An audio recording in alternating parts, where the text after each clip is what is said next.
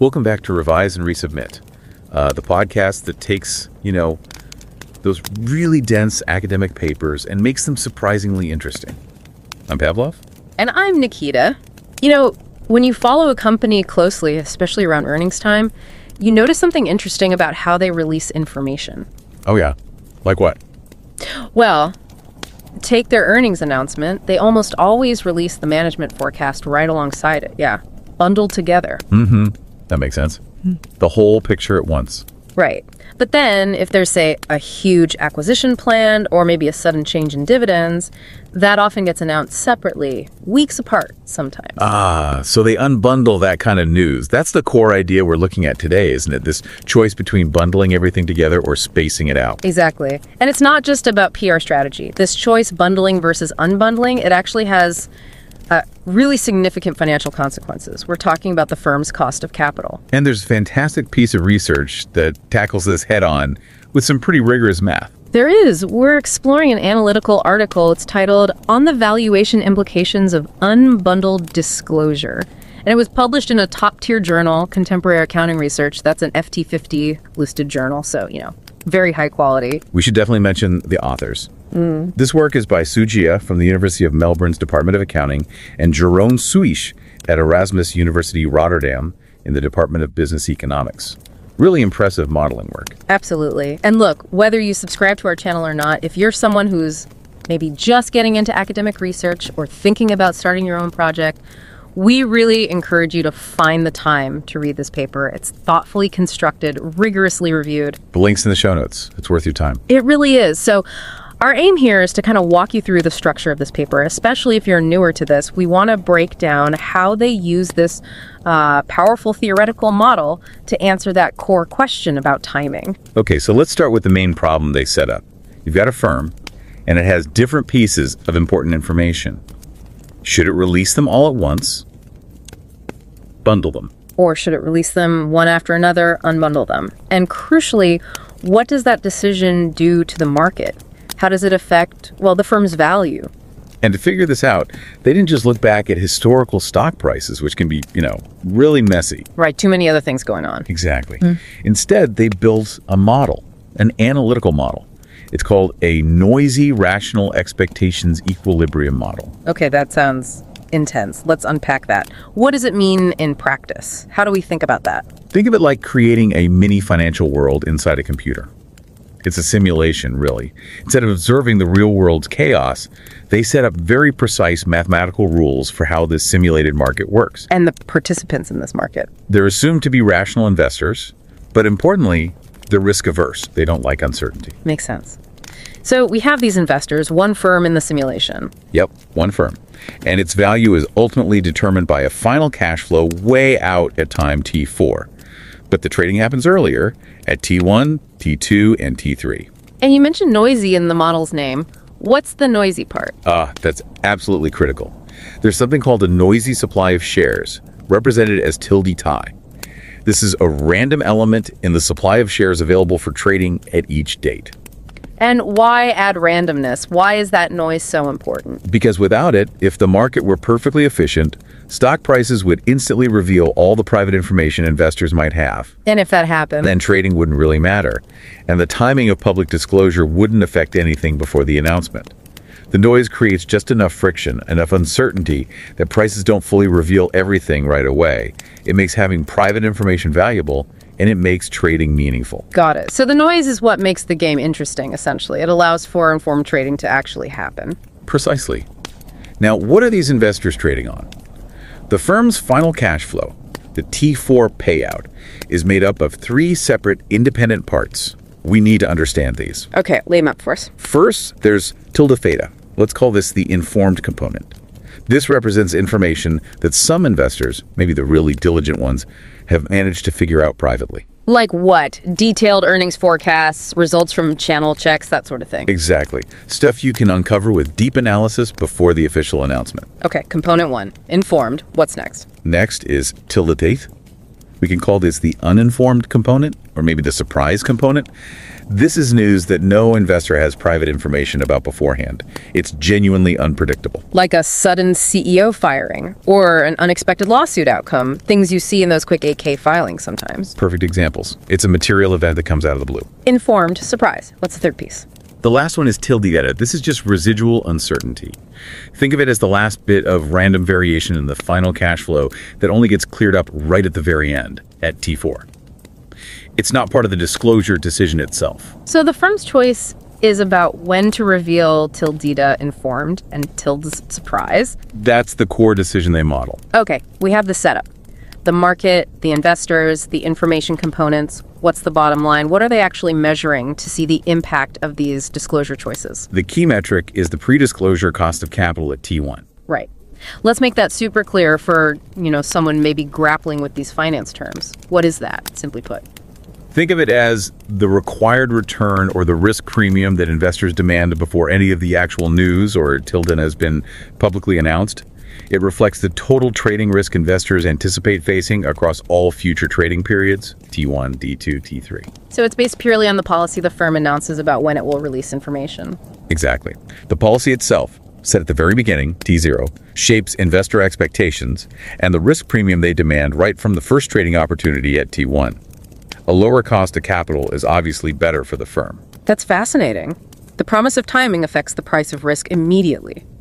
Okay, so with this measure, they tested different policies. 3 main scenarios. First, bundled disclosure B. That's releasing everything together. Yep, both the informed part and the surprise part are announced at the same time.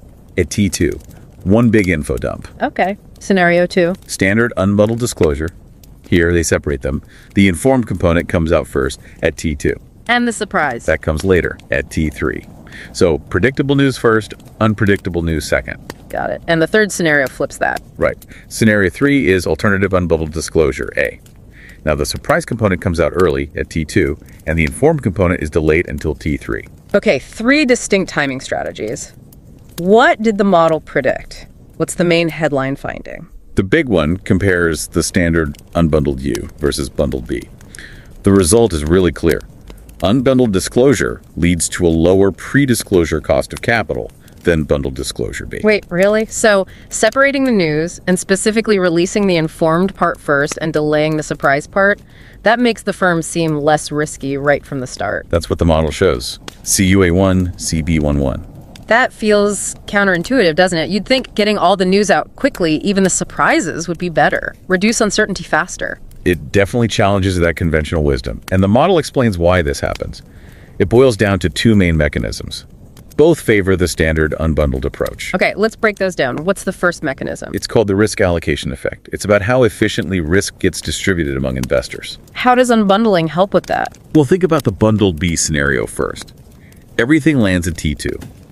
If you buy a share at T1, you're buying a claim on both the outcome of tilde theta and tilde tenuously. You can't separate them. Exactly. You can't adjust your exposure to the informed risk differently from your exposure to the surprise risk. You hold them in fixed proportion within that single share. It constrains how investors can manage their specific risk appetites.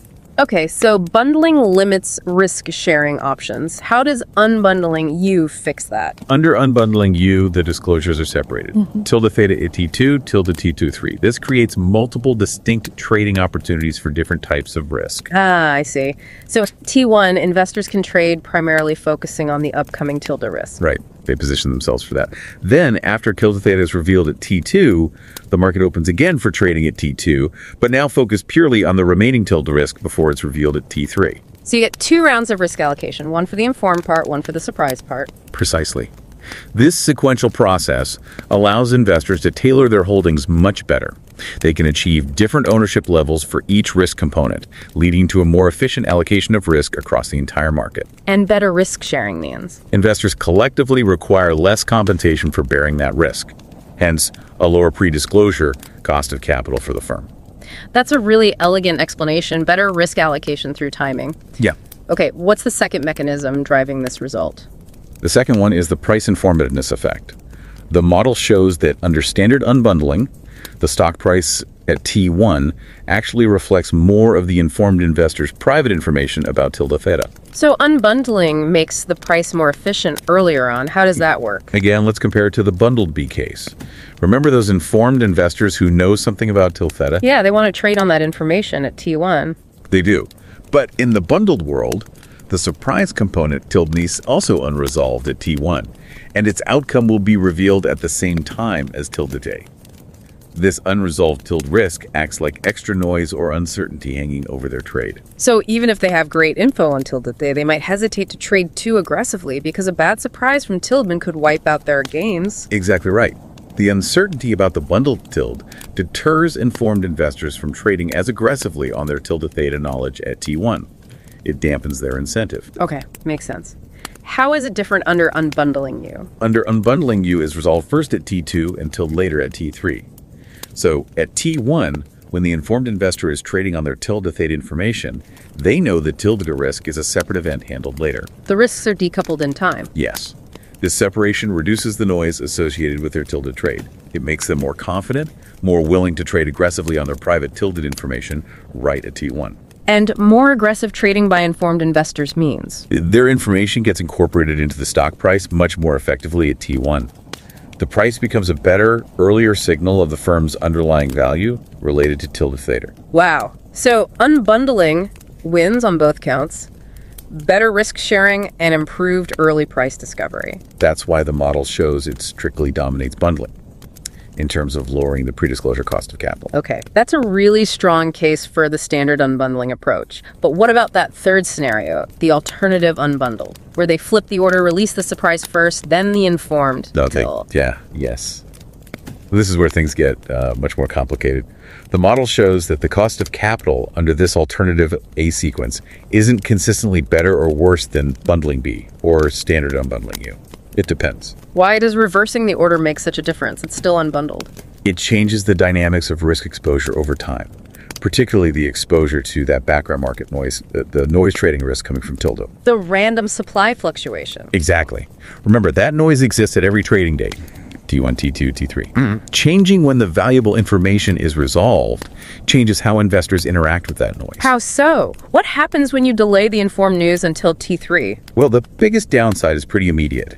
It crushes price informativeness at T1. Why? Because informed investors know their key insight about tilde 3 won't pay off until T3.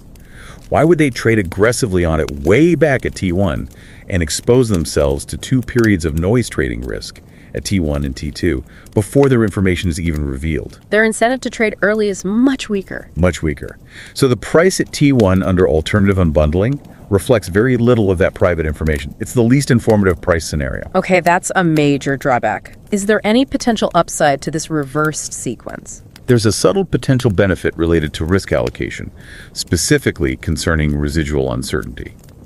In the alternative A setting, when the informed news tildes is finally revealed at T3, the surprise news tildes has already been announced and resolved back at T2. Meaning there's less other stuff still unknown when the main event happens. Precisely. The total amount of unresolved cash flow uncertainty is lower at the point tilde is revealed, compared to the standard unbundled U case where tilde was still pending. This slightly reduces the noise trading risk associated with that final resolution. So it's a trade-off. You get terrible early price discovery, Definitely. but maybe a slightly smoother resolution of the informed component risk right at the very end because the surprise is already out of the way. That's the tension. The final cost of capital under alternative A depends entirely on which force dominates.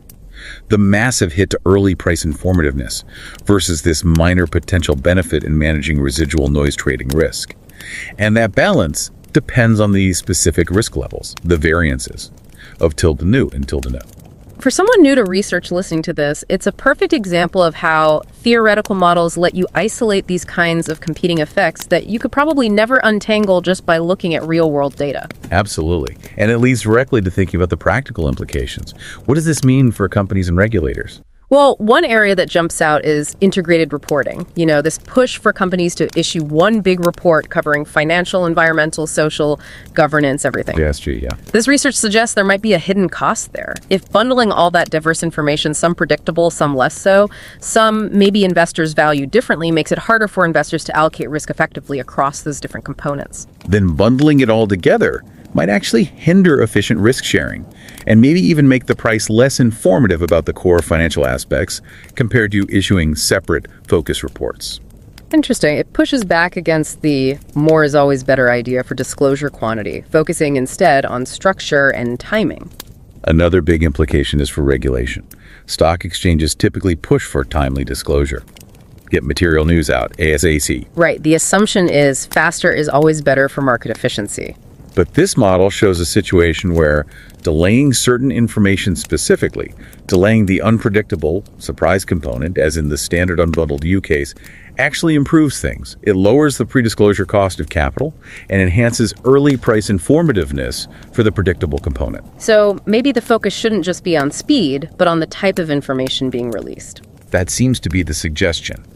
If you have, say, an 8K filing about a truly unexpected event, artil donné, the theory implies that unbundling it, releasing it separately from your regular, more predictable earnings announcement, artil donné, could actually be beneficial for the firm's cost of capital. Fascinating stuff. So if we were to boil this whole discussion down for our listener, what are the key takeaways? I think there are two big ones. First, disclosure policy isn't just fluff. The timing matters immensely because it shapes the set of risks investors can trade and how effectively they can share those risks. And second? Second, the timing policy directly impacts how much private informed knowledge gets reflected in the stock price before the official news even hits. Unbundling, done right, can make prices more informative sooner. Disclosure timing shapes risk allocation and price discovery. Powerful ideas. And there's one final little detail in the paper that's really thought-provoking, especially if you're thinking about research. Yeah. The authors point out that all these effects on the cost of capital driven by the disclosure policy, they only kick in after investors have potentially acquired their private information. In the model, that's at T1. Before T1, say at T0 when the policy is announced but nobody knows anything private yet. At T0, the model shows the cost of capital is actually the same, regardless of whether the firm plans to bundle or unbundle later on. The disclosure policy's power to affect valuation only manifests once information asymmetry actually exists in the market. That's a crucial point. It highlights exactly when disclosure strategy starts to bite. Yeah. It's not just about the announcement, it's about how the anticipation of that announcement interacts with private information that's already out there or about to be. It really makes you think about what generates that initial information asymmetry even before formal disclosures, and how policies might interact with that earlier stage. A great place to start digging for new research questions.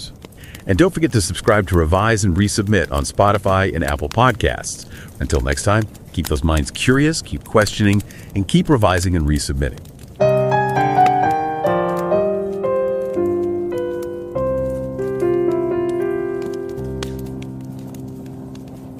Revise and রিসাবমিটে স্বাগতম। আমি Pavlov. আর আমি নিকিতা। আচ্ছা, ধরুন কোনো এক কোম্পানির CEO বসে ভাবছেন, এই ত্রৈমাসিকের আয়ের হিসাবটা তো বেশ ভালো এসছে। আবার ঠিক একই সময়ে একটা বড় চুক্তিও সম্পন্ন হয়েছে, যেটা কেউ আশা করেনি। আচ্ছা। এখন প্রশ্ন হলো, এই দুটো খবর কি একসাথে প্রেস রিলিজ দিয়ে দেবেন, নাকি আয়ের হিসাবটা আগে জানিয়ে কদিন পর চুক্তির খবরটা দেবেন? কোনটা ভালো হবে কোম্পানির জন্য? হ্যাঁ, কোনটা কোম্পানির জন্য ভালো? আমরা হয়তো ভাবি, আরে যখন খবর তৈরি তখনই জানিয়ে দেওয়া ভালো, কিন্তু আসলেই কি বিষয়টা এত সহজ? না, মোটেও না। নাকি এই খবর প্রকাশের কখন আর কিভাবের ওপরে কোম্পানির অনেক কিছু নির্ভর করে, এমনকি খবরটা বাজারে আসার আগেই? ঠিক এই প্রশ্নটায়, মানে এই আপাতদৃষ্টিতে সহজ প্রশ্নটাই কিন্তু একটা গভীর অ্যাকাউন্টিং গবেষণার মূল বিষয়। তাই নাকি? হ্যাঁ, একটা কোম্পানি তার হাতে থাকা বিভিন্ন তথ্য, যেমন ধরুন নিয়মিত আয়ের পূর্বাভাস আর অপ্রত্যাশিত কোনো ঘটনা, এগুলো একসাথে জানায় নাকি আলাদা করে, সেটার আর্থিক প্রভাব কি হতে পারে, এ নিয়ে গবেষণাটি হয়েছে। বাহ! আর এটি কিন্তু সাধারণ কোনো জার্নালে প্রকাশিত হয়নি। এটি ছাপা হয়েছে অত্যন্ত মর্যাদাপূর্ণ কন্টেম্পোরারি অ্যাকাউন্টিং রিসার্চ জার্নালে। কন্টেম্পোরারি অ্যাকাউন্টিং রিসার্চ, এটা তো মানে খুবই নামকরা জার্নাল। একদম, এটা ফাইন্যান্সিয়াল টাইমস স্বীকৃত সেরা 50টি বিজনেস জার্নালের মানে FT50 তালিকার অন্তর্ভুক্ত। হ্যাঁ, খুব উঁচু মানের কাজ তাহলে। আর এর পেছনে কারা আছেন, মানে গবেষক কারা? দুজন গবেষক, একজন হলেন জুয়ে জিয়া, উনি অস্ট্রেলিয়ার মেলবোর্ন ইউনিভার্সিটির অ্যাকাউন্টিং বিভাগের সাথে যুক্ত। আচ্ছা, মেলবোর্ন ইউনিভার্সিটি। এবং দ্বিতীয়জন হলেন জেরোয়েন সুইজেস, উনি নেদারল্যান্ডসের ইরাসমাস ইউনিভার্সিটি রটারড্যামের ডিপার্টমেন্ট অফ বিজনেস ইকোনমিক্সের সাথে যুক্ত।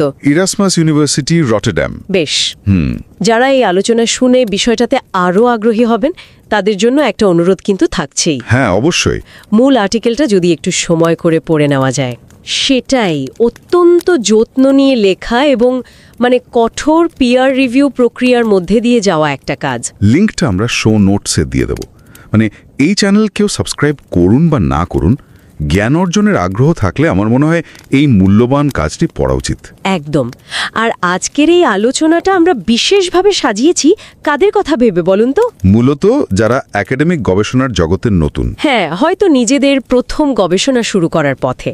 আমাদের লক্ষ্য হলো একটা একাডেমিক পেপারের মূল বিষয়গুলো, যেমন একটা তত্ত্ব কিভাবে গড়ে ওঠে, মানে থিওরি ডেভেলপমেন্ট, সেই তত্ত্বের ওপর ভিত্তি করে কি ফলাফল পাওয়া গেল এবং কেন পাওয়া গেল, মানে রেজাল্ট অ্যানালাইসিস, আচ্ছা, আর কি পদ্ধতি ব্যবহার করা হলো, মানে মেথোডোলজি, এগুলো যতটা সম্ভব সহজ ভাষায়, টেকনিক্যাল শব্দ বা পরিভাষা কম ব্যবহার করে তুলে ধরা। ঠিক। আর যেহেতু এটা একটা থিওরিটিক্যাল মডেল ভিত্তিক গবেষণা, এখানে তো সরাসরি ডেটা সোর্সিং বা বাস্তব ডেটা সংগ্রহের ব্যাপার নেই, তাই না? না, এখানে মূল ফোকাসটা হলো একটা যৌক্তিক কাঠামো তৈরি করে তার বিশ্লেষণ করা। কোনো সার্ভে বা ডেটাবেস থেকে ডেটা নিয়ে কাজ করা হয়নি। বুঝলাম। তাহলে চলুন সেই মূল প্রশ্নে ফেরা যাক, যা নিয়ে এই গবেষণাটা। হ্যাঁ, গবেষণাটির কেন্দ্রীয় প্রশ্ন হল, একটি কোম্পানির কাছে যদি একাধিক ধরনের তথ্য থাকে, ধরুন নিয়মিত আয় সম্পর্কিত তথ্য আর একটা অপ্রত্যাশিত ঘটনা সম্পর্কিত তথ্য, তাহলে সেই তথ্যগুলো একসাথে প্রকাশ করা, যেটাকে আপনারা বলছেন বান্ডলড ডিসক্লোজার। ঠিক, একসাথে প্রকাশ করা মানে বান্ডলড ডিসক্লোজার, আর সেগুলোকে সময়ের ব্যবধানে আলাদাভাবে প্রকাশ করা মানে আনবান্ডলড ডিসক্লোজার। এই দুই পদ্ধতির মধ্যে কোনটা কোম্পানির জন্য ভালো? ভালো মানে ঠিক কোন দিক থেকে ভালো? ভালো মূলত দুটো দিক থেকে।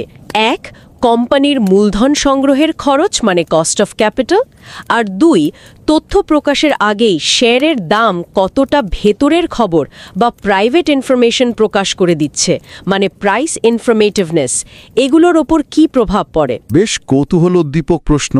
তাহলে গবেষকরা কিভাবে এই প্রশ্নটার উত্তর খোঁজার চেষ্টা করলেন? নিশ্চয়ই একটা মডেল বা কাঠামো। হ্যাঁ, ঠিক তাই। তারা একটা সরলীকৃত কিন্তু বেশ শক্তিশালী গাণিতিক মডেল তৈরি করেছেন। ভাবা যাক একটা কোম্পানি আছে যার একেবারে শেষে গিয়ে একটা চূড়ান্ত আর্থিক মূল্য পাওয়া যাবে, যেটাকে বলে লিকুইডেটিং ক্যাশ ফ্লো। আচ্ছা, এই চূড়ান্ত মূল্যটা মূলত দুটো প্রধান অজানা জিনিসের উপর নির্ভরশীল। একটা অংশকে তারা বলছেন থিটা। থিটা? হ্যাঁ, থিটা। ধরা যাক এটা হলো কোম্পানির নিয়মিত ব্যবসা থেকে আয়ের দিকটা।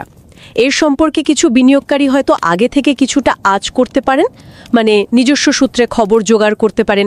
এদের বলা হচ্ছে ইনফর্মড ইনভেস্টর। আচ্ছা, তার মানে এটা পুরোপুরি অজানা নয়। আর দ্বিতীয় অংশ? দ্বিতীয় অংশটিকে তারা বলছেন নিউ। নিউ? হ্যাঁ, নিউ। হ্যাঁ, নিউ। এটা হলো সম্পূর্ণ অপ্রত্যাশিত কোনো ঘটনা থেকে আসা আর্থিক লাভ বা ক্ষতি। যেমন ধরুন হঠাৎ একটা বড় আইনি মামলায় হেরে গেল বা জিতে গেল, বা কোনো প্রাকৃতিক দুর্যোগ হলো, যেটার পূর্বাভাস দেওয়া প্রায় অসম্ভব। একদম। এর ব্যাপারে কেউই, এমনকি কোম্পানির ভেতরের লোক বা ওই ইনফর্মড ইনভেস্টর্সরাও আগে থেকে কিছু জানেন না। মডেলটিতে তৃতীয় আরেকটি অংশ এইচ আছে, যেটা একেবারে শেষে জানা যায় এবং যা নিয়েও আগে থেকে কারো কোনো ধারণা নেই। তার মানে মডেলে একটা গুরুত্বপূর্ণ বিষয় হলো তথ্যের এই অসম বন্টন, মানে ইনফরমেশন অ্যাসিমেট্রি। ঠিক। কিছু লোক, ইনফর্মড ইনভেস্টর, একটা অংশ থিটা সম্পর্কে অন্যদের চেয়ে বেশি জানেন, কিন্তু অন্য অংশটা ভি সবার কাছেই সমান অজানা। এটা তো বেশ বাস্তবসম্মত। একদম। এছাড়াও মডেলে আরও কিছু বাস্তবসম্মত ধারণা ব্যবহার করা হয়েছে। যেমন বিনিয়োগকারীরা সাধারণত ঝুঁকি এড়িয়ে চলতে চান, মানে রিস্ক অ্যাভার্শন। বাজারটা প্রতিযোগিতামূলক, যেখানে অনেকে শেয়ার কেনাবেচা করছেন, আবার বাজারে কিছু নয়েজ ট্রেডারও থাকেন। নয়েজ ট্রেডার্স এরা কারা? এরা হয়তো কোনো তথ্য বিশ্লেষণ না করে নানা ব্যক্তিগত কারণে, হতে পারে লিকুইডিটির প্রয়োজনে বা অন্য কোনো বিশ্বাস থেকে শেয়ার কেনেন বা বেচেন। এদের লেনদেনের কারণে শেয়ারের দাম সবসময় ভেতরের সব তথ্যকে নিখুঁতভাবে বা সঙ্গে সঙ্গে প্রকাশ করে না।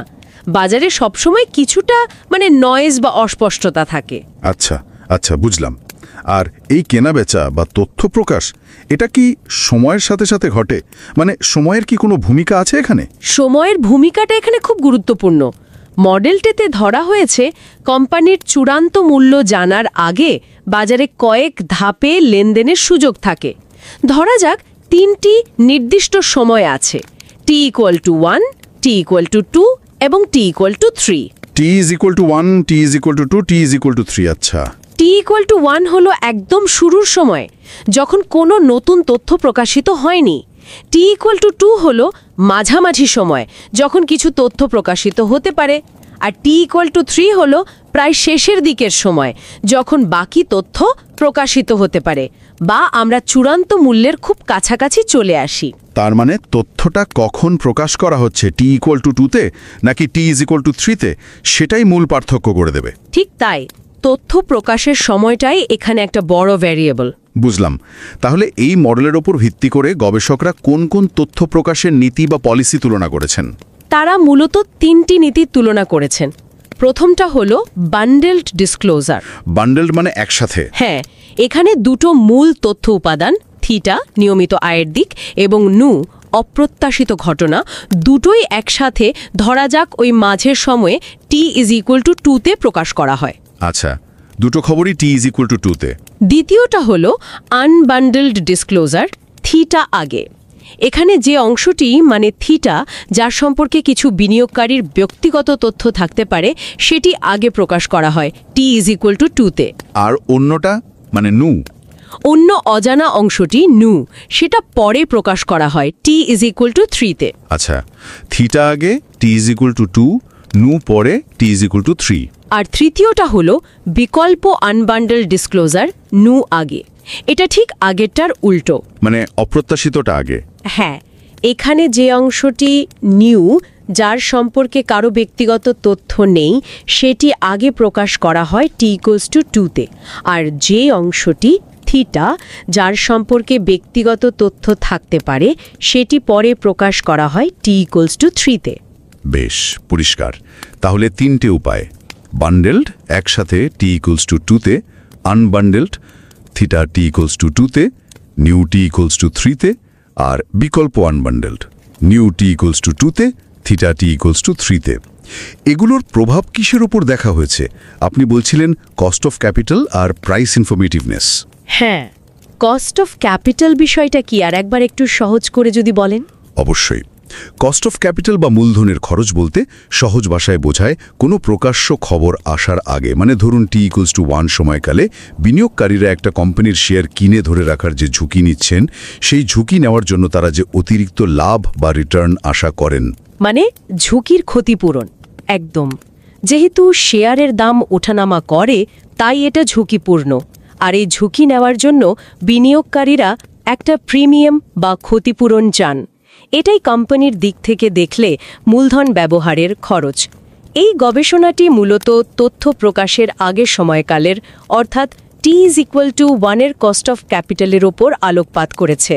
আচ্ছা, আর এই কস্ট অফ ক্যাপিটালের উপর তথ্য প্রকাশের এই ভিন্ন ভিন্ন নীতির প্রভাব কিভাবে কাজ করে? কোনো বিশেষ কারণ বা মেকানিজম আছে কি এর পেছনে? হ্যাঁ, দুটো প্রধান উপায়ের কথা গবেষকরা বলছেন। প্রথমটা হলো ঝুঁকি বন্টন প্রভাব বা রিস্ক অ্যালোকেশন এফেক্ট। ঝুঁকি বন্টন, রিস্ক অ্যালোকেশন, এটা কিভাবে কাজ করে? ভাবুন, বান্ডেলড পদ্ধতিতে কি হচ্ছে। দুটো ভিন্ন প্রকৃতির ঝুঁকি, একটা থিটা নিয়মিত আয়, আরেকটা নিউ অপ্রত্যাশিত ঘটনা, দুটোই একসাথে একটা প্যাকেজ হিসেবে বিনিয়োগকারীদের কাছে আসছে T=2-তে। যিনি T=1-এর শেয়ার কিনছেন, তিনি জানেন যে T=2 দুটো ঝুঁকি একসাথে প্রকাশিত হবে। তিনি চাইলেও একটা রেখে অন্যটা বাদ দিতে পারছেন না লেনদেনের মাধ্যমে, কারণ দুটো একসাথেই আসছে। কিন্তু আনবান্ডেলড পদ্ধতিতে তো ঝুঁকি দুটো আলাদা সময়ে আসছে, যেমন থিটা আগে নিউ পরে। তাতে কি সুবিধা হয়? ঠিক ধরেছেন। ওই যে পদ্ধতিতে থিটা আগে আসে T=2 আর নিউ পরে আসে T=3, সেখানে কি হয়, বিনিয়োগকারীরা প্রথম পর্বে মানে T=1 থেকে T=2 পর্যন্ত সময়ে মূলত থিটা সম্পর্কিত ঝুঁকি নিয়েই লেনদেন করেন। আচ্ছা, যারা এই থিটা ঝুঁকিটা নিতে চান বা কমাতে চান তারা সেই অনুযায়ী শেয়ার কেনাবেচা করতে পারেন। তারপর যখন T=2 থিটা প্রকাশ হয়ে যায় তখন দ্বিতীয় পর্বে মানে T=2 থেকে T=3 পর্যন্ত সময়ে তারা শুধু নিউ সম্পর্কিত ঝুঁকি নিয়ে লেনদেন করেন। তার মানে ঝুঁকি দুটোকে আলাদা করে ভাবার বা ডিল করার সুযোগ পাওয়া যাচ্ছে। একদম। এতে করে বাজারের বিভিন্ন বিনিয়োগকারীর মধ্যে তাদের ঝুঁকি নেওয়ার ক্ষমতা বা ইচ্ছা অনুযায়ী এই দুটো ঝুঁকি আরও ভালোভাবে ভাগ হয়ে যায়, মানে রিস্ক শেয়ারিং বা ঝুঁকি বন্টনটা আরও কার্যকর হয়। এটা অনেকটা টিমের মধ্যে কাজ ভাগ করে নেওয়ার মতো, তাই না? টিমের যে সদস্য যে কাজে পারদর্শী বা স্বচ্ছন্দ তাকে সেই কাজটা দিলে যেমন পুরো টিমের পারফরমেন্স ভালো হয়, ঠিক অ্যানালজিক্যালি ওভাবেই ভাবা যেতে পারে। এখানেও তেমন, যে বিনিয়োগকারী যে ধরনের ঝুঁকি নিতে বেশি স্বচ্ছন্দ বা যার কাছে যে তথ্য আছে তিনি সেই সুযোগটা পাচ্ছেন নির্দিষ্ট সময়ে। এই উন্নত ঝুঁকি বন্টনের বেটার রিস্ক অ্যালোকেশন বা রিস্ক শেয়ারিংয়ের ফলে সামগ্রিকভাবে বিনিয়োগকারীদের মনে হয় ঝুঁকিটা কম, আর ঝুঁকি কম মনে হলে তারা শেয়ার ধরে রাখার জন্য কম ক্ষতিপূরণ বা রিটার্ন দাবি করেন। ফলস্বরূপ কোম্পানির তথ্য প্রকাশের আগের মানে T=1 এর কস্ট অফ ক্যাপিটাল কমে যায়। ঠিক তাই। বাহ, বেশ যুক্তিযুক্ত ব্যাখ্যা। এবার দ্বিতীয় প্রভাবটার কথা বলুন, মূল্যের তথ্য বহন ক্ষমতা প্রভাব বা প্রাইস ইনফরমেটিভনেস এফেক্ট। এটা কি বোঝায়? এটা বোঝায় যে কোনো আনুষ্ঠানিক ঘোষণা বা ডিসক্লোজার আসার আগেই শেয়ারের দাম নিজে থেকেই কতটা ব্যক্তিগত বা গোপন তথ্য এক্ষেত্রে মূলত থিটা সম্পর্কিত তথ্য প্রকাশ করে দিচ্ছে। মানে শেয়ারের দাম থেকেই ভেতরের খবরটা আঁচ করা যাচ্ছে। হ্যাঁ, বাজারের লেনদেনের মাধ্যমে দামটা কতটা ইনফরমেটিভ বা তথ্য বহুল হয়ে উঠছে সেটাই হলো প্রাইস ইনফরমেটিভনেস। কিন্তু দাম কিভাবে নিজে নিজে তথ্য প্রকাশ করে? এটা তো ইনফর্মড ইনভেস্টরদের ট্রেডিংয়ের মাধ্যমে হয়, তাই না? একদম। ধরা যাক আনবান্ডেলড পদ্ধতিতে, যেখানে থিটা নিয়মিত আয়ের তথ্য আগে প্রকাশ করা হবে T2-তে। যারা এই থিটা সম্পর্কে ব্যক্তিগতভাবে কিছু জানেন মানে ইনফর্মড ইনভেস্টররা, তারা প্রথম পর্বে T1-এ অনেক বেশি আগ্রাসীভাবে শেয়ার কেনাবেচা শুরু করবেন। কেন তারা বেশি আগ্রাসী হবেন বান্ডেলের চেয়েও বেশি? হ্যাঁ, কারণ তারা জানেন যে অন্য অজানা ঝুঁকিটা মানে সেটা আপাতত তাদের হিসাবে ধরতে হচ্ছে না, ওটা পরের পর্বের বিষয়। তারা অনেকটা নিশ্চিত হয়ে শুধু থিটার তথ্যের ভিত্তিতে ট্রেড করতে পারছেন। তাদের ট্রেডের ফলে যে ঝুঁকিটা তৈরি হচ্ছে সেটা শুধু থিটা সম্পর্কিত, এর অনিশ্চয়তাটা তখন থাকছে না। ও আচ্ছা, অন্য ঝুঁকিটা তখন তাদের ট্রেডিং ডিসিশনকে ঘোলাটে করছে না। ঠিক, ফলে তারা বেশি আত্মবিশ্বাসের সাথে ট্রেড করেন, আর তাদের এই বেশি ট্রেডিংয়ের ফলে শেয়ারের দাম দ্রুত তাদের সেই গোপন তথ্যের দিকে সরতে শুরু করে। তার মানে আনুষ্ঠানিক ঘোষণা আসার আগে শেয়ারের দাম নিজে থেকেই থিটা সম্পর্কে অনেকখানি তথ্য বাজারের বাকিদের কাছে পৌঁছে দেয়, দামটা বেশি ইনফরমেটিভ হয়ে যায়। একদম। তাহলে এই দুটো প্রভাব, ঝুঁকি বন্টন আর মূল্যের তথ্য বহন ক্ষমতা, এই দুটো মিলিয়ে মূল ফলাফলগুলো কি দাঁড়ালো?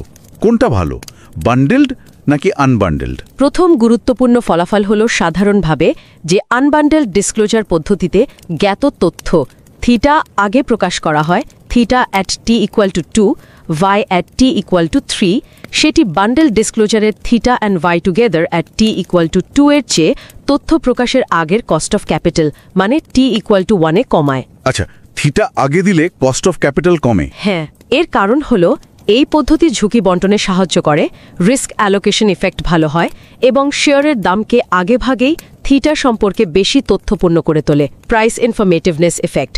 দুটো প্রভাবই এক্ষেত্রে কস্ট অফ ক্যাপিটাল কমাতে সাহায্য করে। ইন্টারেস্টিং।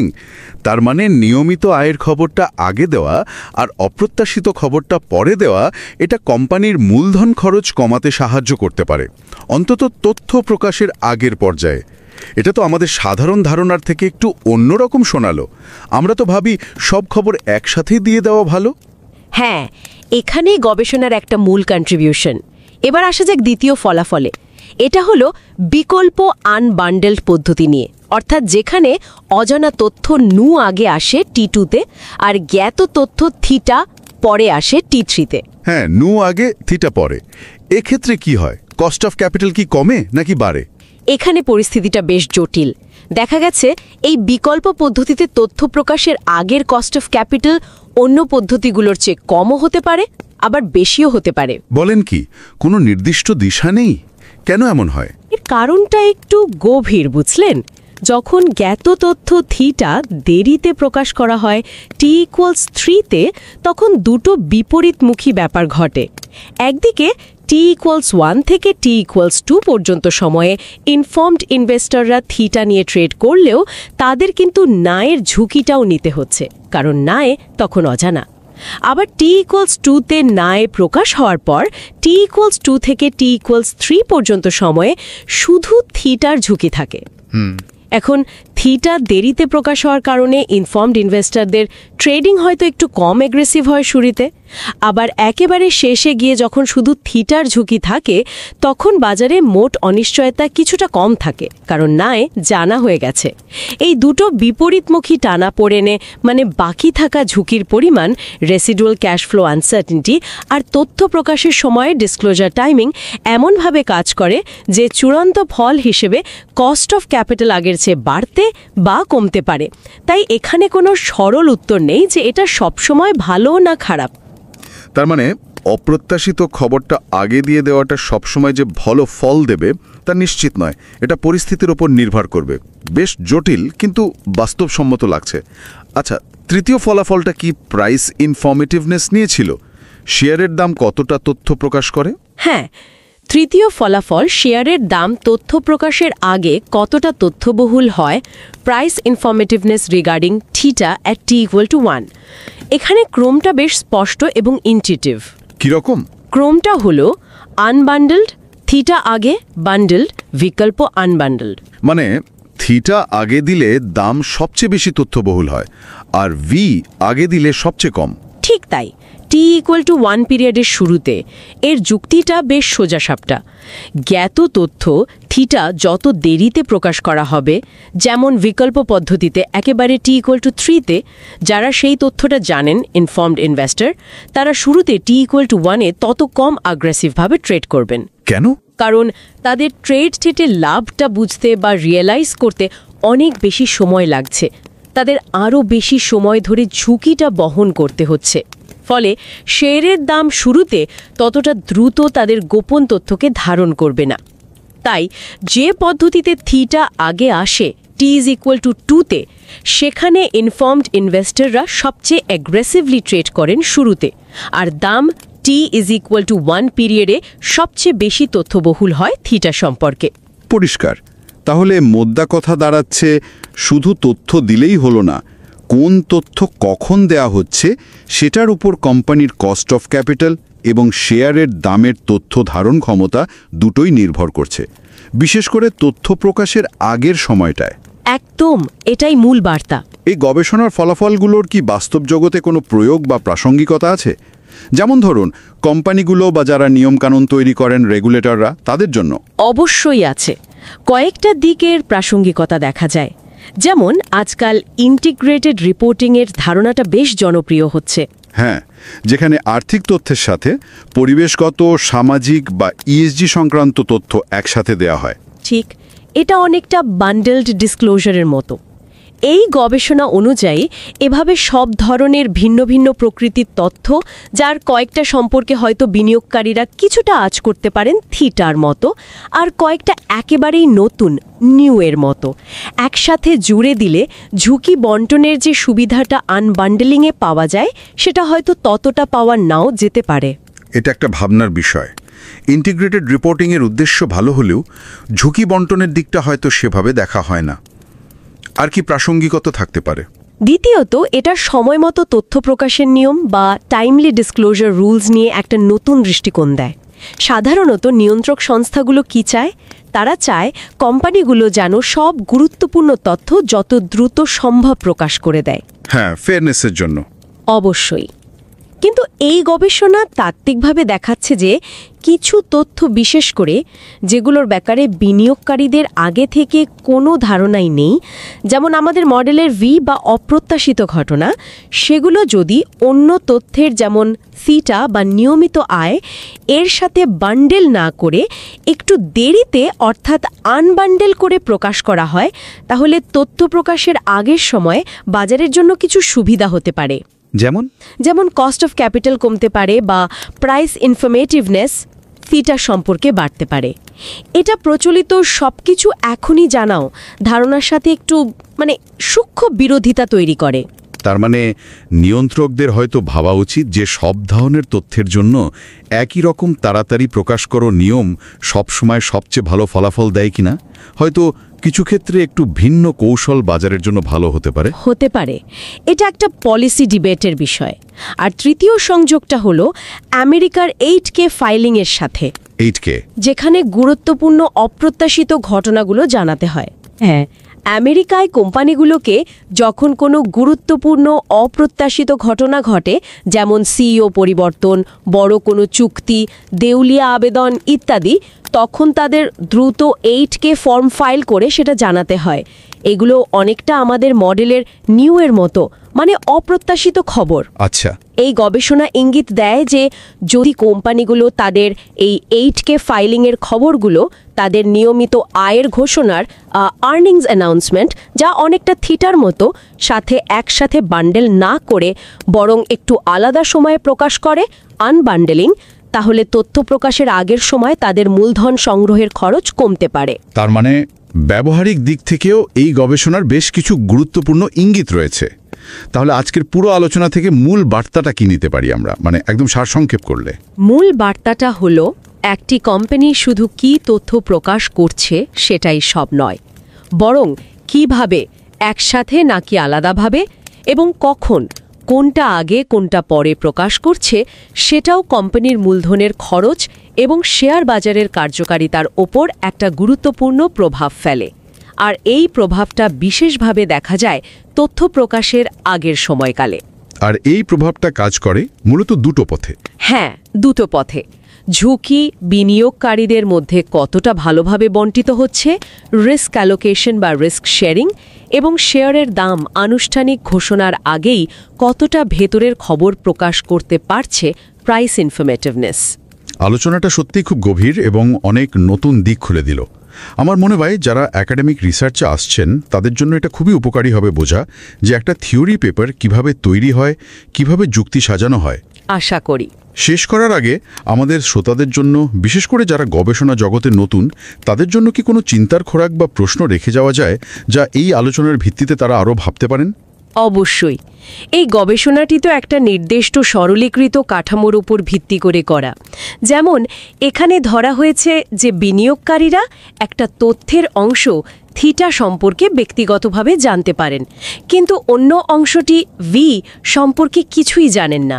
হ্যাঁ, কিন্তু যদি এমন হতো যে বিনিয়োগকারীরা উভয় অংশ থিটা এবং ভি সম্পর্কে কিছু কিছু অস্পষ্ট ব্যক্তিগত তথ্য পেতেন, দুটোই পুরোপুরি অজানা বা পুরোপুরি জানা নয়, অথবা যদি তারা শুধু দুটো অংশের যোগফল থিটা প্লাস ভি সম্পর্কে কিছুটা জানতে পারতেন কিন্তু আলাদাভাবে নয়। ঠিক, তখন বান্ডেলড বনাম আনবান্ডেলড ডিসক্লোজারের ফলাফল কেমন হতে পারত, এগুলো নিয়ে ভাবা যেতে পারে। এগুলো ভবিষ্যতের গবেষণার দিক হতে পারে।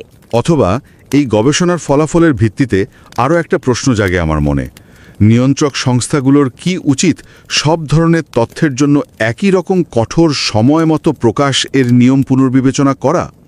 হয়তো কিছু বিশেষ ধরনের অপ্রত্যাশিত তথ্যের ক্ষেত্রে একটু ভিন্ন সময়সীমা বা প্রকাশের ধরন বাজারের জন্য শেষ পর্যন্ত উপকারী হতে পারে। ঠিক তাই। এই প্রশ্নগুলো ভবিষ্যতের গবেষণার জন্য এবং নীতি নির্ধারকদের আলোচনার জন্য খুবই প্রাসঙ্গিক এবং গুরুত্বপূর্ণ দিক নির্দেশনা দিতে পারে। এগুলো নিয়ে আরও অনেক ভাবনার এবং বিশ্লেষণের অবকাশ রয়েছে। অসংখ্য ধন্যবাদ আপনাকে এত সুন্দর করে একটা জটিল গবেষণা আমাদের সামনে তুলে ধরার জন্য। আপনাকেও ধন্যবাদ।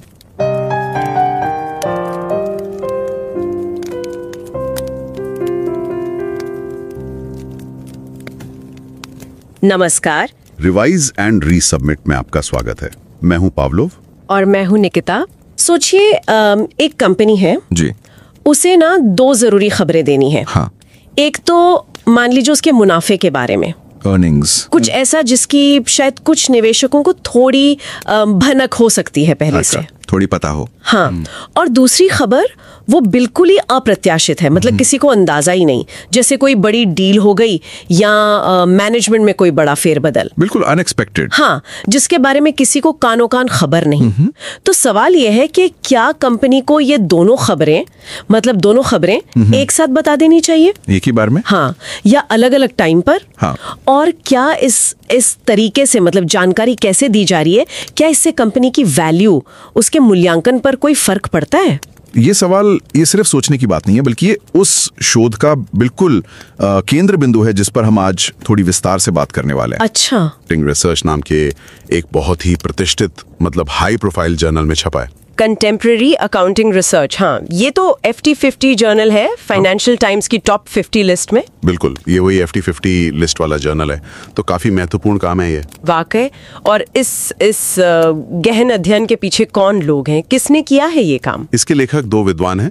पहली हैं शुए जिया, ये ऑस्ट्रेलिया में मेलबर्न यूनिवर्सिटी के faculty of business and economics accounting विभाग से हैं। शुए जा मेलबर्न यूनिवर्सिटी से, ठीक है। और दूसरे हैं जेरोन स्वीज, ये नीदरलैंड्स में इरास्मस यूनिवर्सिटी रोटरडैम के इरास्मस स्कूल ऑफ इकोनॉमिक्स, वहां के बिजनेस इकोनॉमिक्स विभाग से हैं। Jeroen Swiss, Erasmus university. अच्छा, तो ये दोनों विशेषज्ञ इस सवाल की तह तक गए हैं कि जानकारी कैसे दी जाए। बिल्कुल।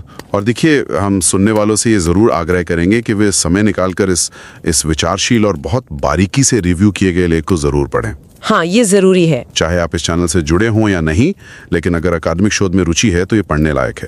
हमने इसका लिंक शो नोट्स में डाल दिया है। बहुत बढ़िया। तो चलिए अब इस गुत्थी को थोड़ा सुलझाते हैं। ये जो अध्ययन है, ये असल में क्या समझने की कोशिश कर रहा है, खासकर अगर कोई एकेडमिक शोध की दुनिया में नया हो या अपनी रिसर्च जर्नी अभी शुरू ही कर रहा हो? हाँ, ये समझना जरूरी है। देखिए, पारंपरिक तौर पर क्या होता है, जब हम कंपनी की जानकारी, मतलब डिस्क्लोजर और उसके मूल्यांकन की बात करते हैं, तो ज्यादातर रिसर्च इस पर हुई है कि कंपनी कितनी जानकारी देती है, क्वांटिटी ऑफ डिस्क्लोजर। हाँ, कितनी जानकारी दी, और उसका कंपनी के मूल्यांकन पर, या जिसे हम पूंजी की लागत, कॉस्ट ऑफ कैपिटल कहते हैं, उस पर क्या असर पड़ता है। पूंजी की लागत, इसे थोड़ा और आसान शब्दों में समझाएंगे, ये क्या है असल में? जरूर। इसे आप ऐसे समझ सकती हैं कि निवेशकों को किसी कंपनी में पैसा लगाने में जो जोखिम महसूस होता है, उसके बदले में वो कितना मुआवजा या रिटर्न चाहते हैं। अच्छा। अगर पूंजी की लागत कम है तो इसका मतलब है कि निवेशकों को लगता है कि भाई जोखिम कम है और वो कम रिटर्न में भी निवेश करने को तैयार हैं। ये कंपनी के लिए अच्छा है। हाँ, सस्ता पैसा मिल गया। बिल्कुल। तो ये पेपर ये नहीं देख रहा कि कितनी जानकारी दी गई, ये एक अलग सवाल पूछ रहा है, क्या जानकारी देने का तरीका, मतलब फॉर्मेट ऑफ डिस्क्लोजर, यानी उसे एक साथ देना बंडल करके, बंडल्ड। हाँ बंडल्ड, या फिर अलग अलग समय पर देना, यानी अनबंडल्ड। अनबंडल्ड। क्या ये तरीका भी पूंजी की लागत पर असर डालता है, और खास तौर पर किसी भी जानकारी के पब्लिक होने से पहले, pre disclosure cost of capital. ओहो, तो फोकस क्वांटिटी पर नहीं बल्कि प्रेजेंटेशन के तरीके पर है। ये बहुत दिलचस्प है। तो ये समझने के लिए कि ये तरीका कैसे असर डालता है, लेखकों ने क्या मेथड अपनाया? क्या उन्होंने असली कंपनियों का डेटा देखा? नहीं, यहाँ उन्होंने डेटा नहीं देखा। ये एक सैद्धांतिक अध्ययन है, थ्योरेटिकल स्टडी। सिद्धांतिक मतलब उन्होंने असल दुनिया का डेटा इस्तेमाल नहीं किया, बल्कि उन्होंने एक गणितीय मॉडल बनाया, एक मैथमेटिकल मॉडल। इसका तकनीकी नाम थोड़ा जटिल है, noisy rational expectations equilibrium model. बाप रे, noisy rational expectations equilibrium model, सुनने में ही भारी लग रहा है। हाँ, नाम तो है, लेकिन इसे आप ऐसे समझे कि ये एक तरह की लैब है, एक काल्पनिक दुनिया बनाई उन्होंने। अच्छा, एक लैब जैसा। हाँ, जहां आप कुछ नियम तय करते हैं और फिर देखते हैं कि उन नियमों के तहत जो समझदार तर्कसंगत निवेशक हैं वो कैसे बर्ताव करेंगे। ये मॉडल लेखकों को ये देखने में मदद करता है कि अगर कंपनी जानकारी एक साथ दे या अलग अलग, तो निवेशक कैसे रिएक्ट करेंगे और उसका पूंजी की लागत पर क्या असर पड़ेगा, और सब कुछ एकदम कंट्रोल्ड सेटिंग में। ये तो कमाल का तरीका है। तो इस काल्पनिक लैब, इस मॉडल की खास बातें क्या है? इसमें क्या क्या माना गया है? देखिए, इस मॉडल में एक काल्पनिक कंपनी है और उसका एक अंतिम मूल्य है। मान लीजिए जब कंपनी बंद होगी तो कुल कितना कैश मिलेगा। ये मूल्य 2 हिस्सों से बना है। 2 हिस्से कैसे? पहला हिस्सा, जिसे लेख में ग्रीक अक्षर थीटा से दिखाया है, ये वो जानकारी है जिसके बारे में कुछ निवेशकों को, जिन्हें सूचित निवेशक या इन्फॉर्म्ड इन्वेस्टर्स कहा गया है, उन्हें पहले से थोड़ी प्राइवेट जानकारी है। जैसे मान लीजिए कंपनी की कमाई का अंदाजा। अच्छा, जैसे अर्निंग्स। हाँ बिल्कुल। और दूसरा हिस्सा, जिसे न्यू कहा गया है, वो बिल्कुल अप्रत्याशित जानकारी है, जिसके बारे में किसी भी निवेशक को, यहाँ तक कि सूचित निवेशकों को भी पहले से कुछ नहीं पता। अच्छा, जैसे कोई अचानक खबर। हाँ, जैसे कोई अचानक बड़ा सौदा हो गया या कोई और अनपेक्षित घटना। ये अनजान निवेशकों, अनइन्फॉर्म्ड इन्वेस्टर्स के लिए तो नया है ही, सूचित वालों के लिए भी नया है। ठीक है, तो थीटा कुछ को पता है, न्यू किसी को नहीं पता। और इसमें कुछ नॉइज ट्रेडर्स भी हैं। नॉइज ट्रेडर्स, ये कौन होते हैं? ये वो ट्रेडर हैं जो जानकारी के आधार पर ट्रेड नहीं करते। वो किसी और कारण से खरीदते बेचते हैं, शायद लिक्विडिटी की जरूरत हो या कुछ और। इनकी वजह से क्या होता है कि बाजार में थोड़ा शोर, मतलब उतार चढ़ाव बना रहता है, और जो निजी जानकारी है वो एकदम से कीमत में पूरी तरह रिफ्लेक्ट नहीं हो पाती। अच्छा, ये चीजों को थोड़ा धुंधला रखते हैं। हाँ, कह सकते हैं। और मॉडल में ट्रेडिंग के 3 डेट्स हैं, T=1, 2 और 3, और फिर फाइनल पेमेंट T=4 पर होता है। समझ गई। 3 ट्रेडिंग राउंड और फिर फाइनल हिसाब। तो इस मॉडल के जरिए लेखकों ने जानकारी देने के कौन कौन से तरीकों की तुलना की? वो पॉलिसीज क्या थीं? उन्होंने मुख्य रूप से 3 अलग अलग डिस्क्लोजर पॉलिसीज या कहें कि तरीकों का विश्लेषण किया। 3 तरीके कौन कौन से? पहला, बंडल डिस्क्लोजर, मतलब एक साथ जानकारी देना। इसमें कंपनी दोनों तरह की जानकारी, वो थीटा वाली भी जिसकी भनक थी और वो न्यू वाली भी जो अप्रत्याशित थी, दोनों को एक ही समय यानी T=2 पर घोषित कर देती है, सब कुछ एक साथ। ठीक है, बंडल्ड मतलब सब एक पैकेज में। बिल्कुल। दूसरा, अनबंडल्ड डिस्क्लोजर। इसमें जानकारी अलग अलग दी जाती है। पहले वो जानकारी जिसकी भनक थी थीटा, वो घोषित की जाती है T=2 पर। अच्छा, पहले थीटा। हाँ, और फिर बाद में अगले चरण में T=3 पर वो अप्रत्याशित जानकारी न्यू दी जाती है। तो पहले सूचित, फिर अनजान, ये Yes. हुआ अनबंडल्ड। सही। और तीसरा तरीका है वैकल्पिक अनबंडल्ड डिस्क्लोजर, ऑल्टरनेटिव अनबंडल्ड डिस्क्लोजर। ये भी अनबंडल्ड है, मतलब जानकारी अलग अलग दी जाती है, लेकिन इसमें क्रम उल्टा है। क्रम उल्टा मतलब पहले अप्रत्याशित जानकारी दी जाती है T=2 में, और बाद में T=3 में वो जानकारी दी जाती है जिसकी भनक थी थीटा। तो ये 3 तरीके हो गए, बंडल्ड, अनबंडल्ड सूचित पहले, और वैकल्पिक अनबंडल्ड अनजान पहले। ठीक है, तो इस मॉडल से क्या पता चला, क्या नतीजा निकला? क्या जानकारी को अलग अलग देना बेहतर है कंपनी के लिए? यहीं पर, जैसा आपने कहा, बात असल में दिलचस्प हो जाती है। मॉडल ये दिखाता है कि जब जानकारी को अलग अलग दिया जाता है, और खासकर जब जानी पहचानी जानकारी सबसे पहले दी जाती है, यानी वो दूसरा वाला तरीका, अनबंडल्ड। हाँ, वो मानक अनबंडल्ड डिस्क्लोजर। तो ये तरीका जानकारी के सार्वजनिक होने से पहले, मतलब प्री डिस्क्लोजर पीरियड में, कंपनी की पूंजी की लागत को कम करता है। किसके मुकाबले? बनिस्बत इसके कि सारी जानकारी एक साथ बंडल करके दे दी जाए। है, ये तो वाकई थोड़ा अटपटा लगता है। मतलब जानकारी को टुकड़ों में देना, और वो भी एक खास क्रम में, सस्ता पड़ सकता है। ऐसा क्यों? आमतौर पर तो लगता है भाई जल्दी से जल्दी सब बता दो। बिल्कुल, ये पहली नजर में सहज ज्ञान के थोड़ा विपरीत जाता है। मॉडल इसके पीछे 2 मुख्य कारण बताता है।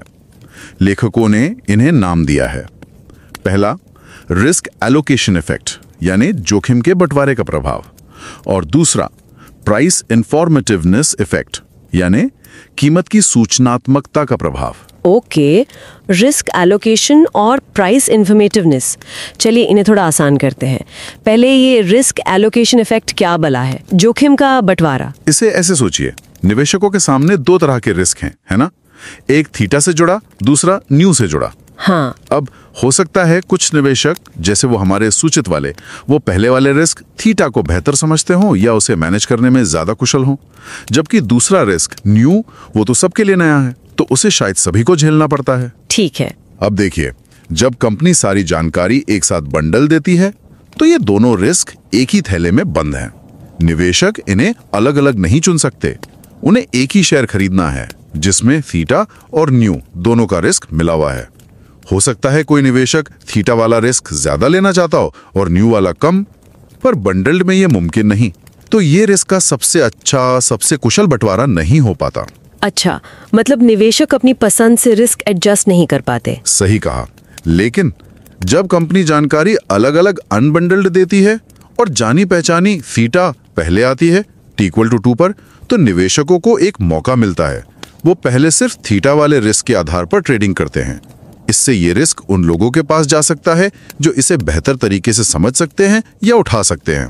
हाँ, स्पेशलिस्ट के पास। एक तरह से फिर बाद में जब अप्रत्याशित जानकारी आती है तो वे उसके हिसाब से अपनी पोजीशन एडजस्ट करते हैं।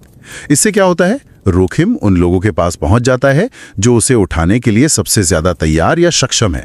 ये जोखिम का ज्यादा कुशल बंटवारा है, एफिशिएंट रिस्क एलोकेशन। ठीक है, बेहतर बंटवारा। और जब जोखिम का बंटवारा बेहतर होता है तो निवेशकों को कुल मिलाकर कम मुआवजा, कम रिस्क प्रीमियम चाहिए होता है और नतीजा पूंजी की लागत कम हो जाती है। अच्छा, तो अनबंडल्ड करने से और थीटा को पहले लाने से रिस्क सही हाथों में चला जाता है, इसलिए लागत कम हो जाती है।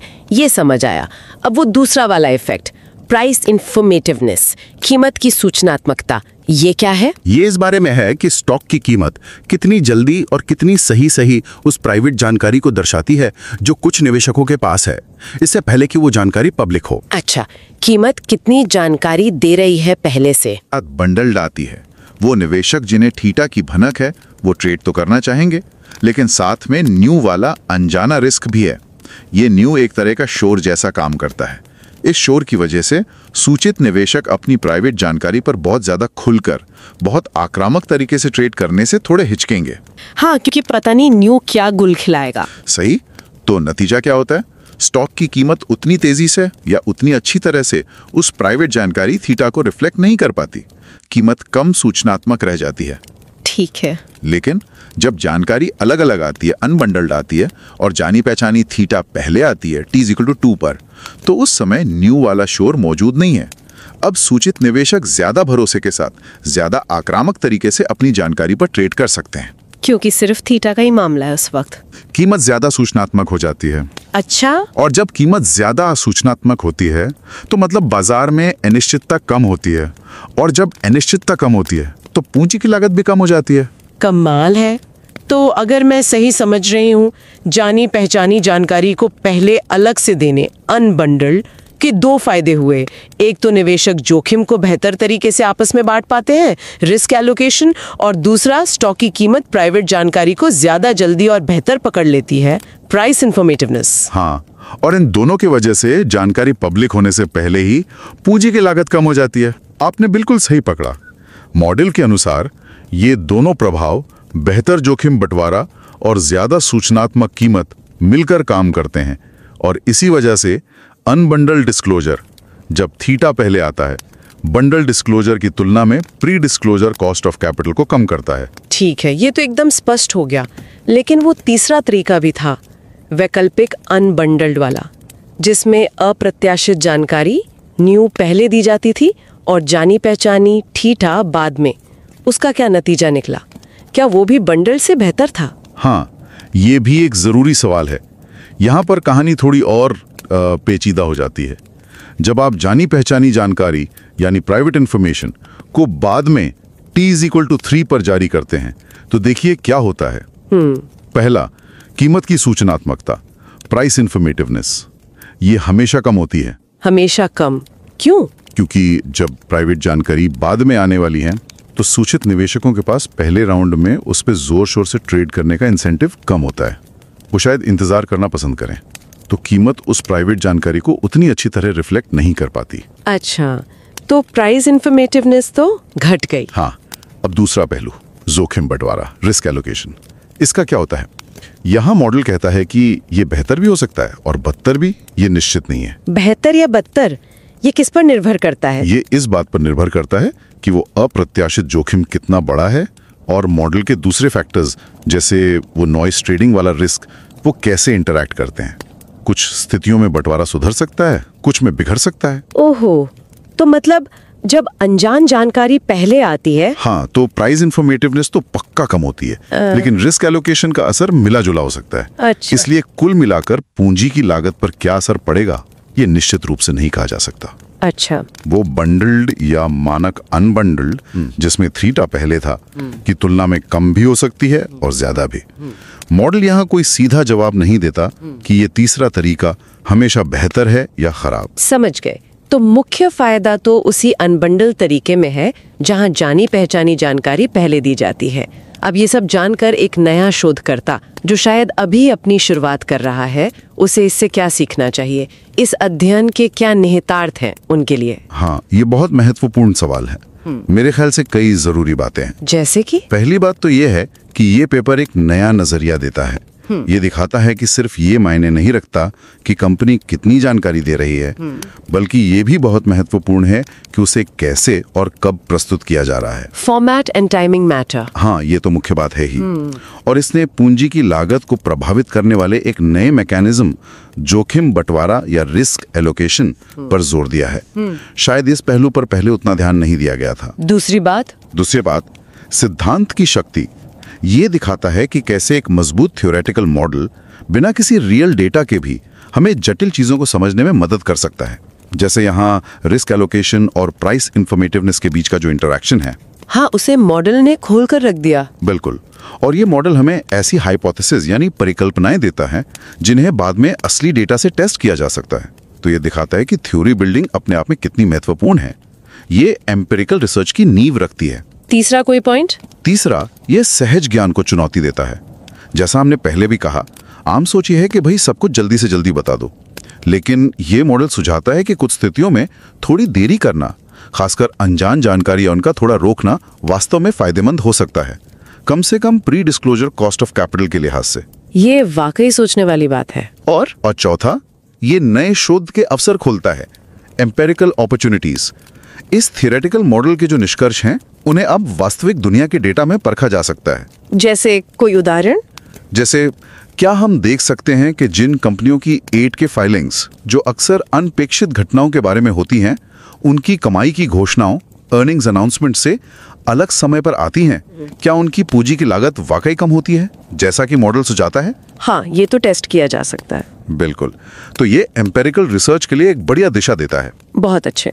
तो अगर हम आज की पूरी चर्चा को समेटें तो मुख्य बात ये निकलती है कि कोई कंपनी अपनी जानकारी कब और किस क्रम में जारी करती है। मतलब सब कुछ एक साथ दे देती है बंडल्ड, या टुकड़ों में देती है अनबंडल्ड। इसका उसकी पूंजी की लागत पर, उसके मूल्यांकन पर वास्तविक असर पड़ सकता है, और ये असर जानकारी के सार्वजनिक होने से पहले भी दिखता है। बिल्कुल सही। और विशेष रूप से ये मॉडल हमें ये बताता है कि जब जानी पहचानी जानकारी जैसे कमाई के आंकड़े को अप्रत्याशित जानकारी जैसे कोई बड़ा सौदा से पहले अलग से जारी किया जाता है, अनबंडल्ड, तो इससे दो चीजें होती हैं। जोखिम का बंटवारा बेहतर होता है और कीमतें ज्यादा सूचनात्मक बनती हैं। हाँ। और इन दोनों की वजह से जानकारी सार्वजनिक होने से पहले कंपनी के लिए पूंजी जुटाना शायद सस्ता हो सकता है। ये वाकई सोचने पर मजबूर करता है। क्या जो मौजूदा नियम है, जो अक्सर कंपनियों पर जोर देते हैं कि वो सारी महत्वपूर्ण जानकारी समय पर और शायद एक साथ ही जारी करें, क्या वो हमेशा सबसे कुशल, सबसे एफिशिएंट नतीजे देते हैं? या फिर जैसा ये मॉडल इशारा कर रहा है, जानकारी जारी करने के तरीके में थोड़ी और छूट, थोड़ा लचीलापन देना, क्या वो वास्तव में बाजारों के लिए बेहतर हो सकता है? ये बहुत ही सामयिक और महत्वपूर्ण सवाल आपने उठाया है, खासकर आजकल जब एकीकृत रिपोर्टिंग, इंटीग्रेटेड रिपोर्टिंग का चलन बढ़ रहा है। हाँ, जिसमें सब कुछ एक साथ होता है। बिल्कुल। जहां कंपनियों से उम्मीद की जाती है कि वो अपनी फाइनेंशियल जानकारी के साथ साथ पर्यावरण, सामाजिक, शासन यानी ESG संबंधी जानकारी भी सब एक ही रिपोर्ट में बंडल करके दें, तो सवाल उठता है कि क्या इस तरह सब कुछ एक साथ बंडल करने से अनजाने में जोखिम के कुशल बंटवारे में कोई रुकावट आ सकती है, जैसा ये मॉडल सुझा रहा था? हाँ।